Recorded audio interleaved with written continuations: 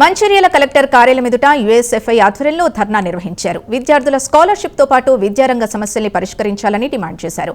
విద్యార్థులకు రావాల్సిన 8,600 కోట్ల ఫీజు రీయింబర్స్మెంట్ బకాయిల్ని వెంటనే విడుదల చేయాలని కోరారు.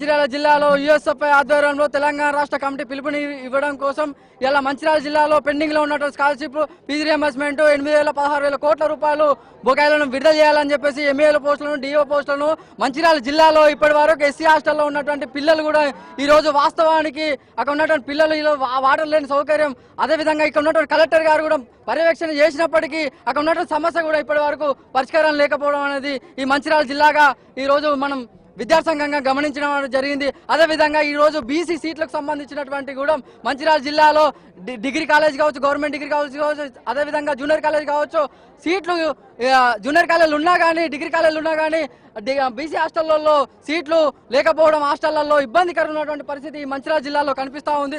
కాబట్టి తక్షణమే ఈ కలెక్టర్ గారు స్పందించి ఉన్నటువంటి సమస్యలను పరిష్కరించాలని చెప్పేసి యూఎస్ఎఫ్ఐ విద్యార్థి సంఘంగా మేము కోరడం జరుగుతుంది. యూఎస్ఎఫ్ఐ విద్యార్థి సంఘం రాష్ట్ర అధ్యక్షుడిని యూఎస్ఎఫ్ఐ మంచిర్యాల జిల్లా కమిటీ ఆధ్వర్యంలో ఈ జిల్లాలో ఉన్నటువంటి అదేవిధంగా రాష్ట్ర వ్యాప్తంగా ఉన్నటువంటి స్కాలర్షిప్ ఫీజు రియంబర్స్మెంట్ తో పాటు విద్యారంగ సమస్యలు పరిష్కరించాలని చెప్పి కలెక్టరేట్ దగ్గర ధర్నా నిర్వహించడం జరుగుతూ ఉంది.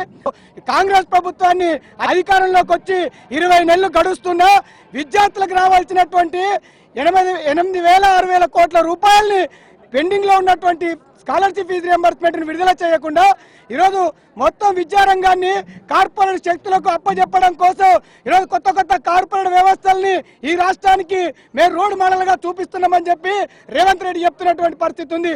మరో పక్క ప్రభుత్వ విద్యా సంస్థలు, హాస్టళ్లు, గురుకులాలు, సంక్షేమ హాస్టల్ అన్ని కూడా ఈరోజు సమస్యలకు నిలయాలుగా మారినాయి.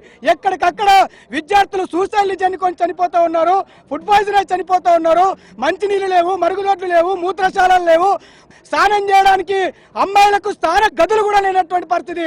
ఈరోజు అమ్మాయిల హాస్టళ్లకి రక్షణ లేనటువంటి పరిస్థితి తెలంగాణ రాష్ట్రంలో ఉంది.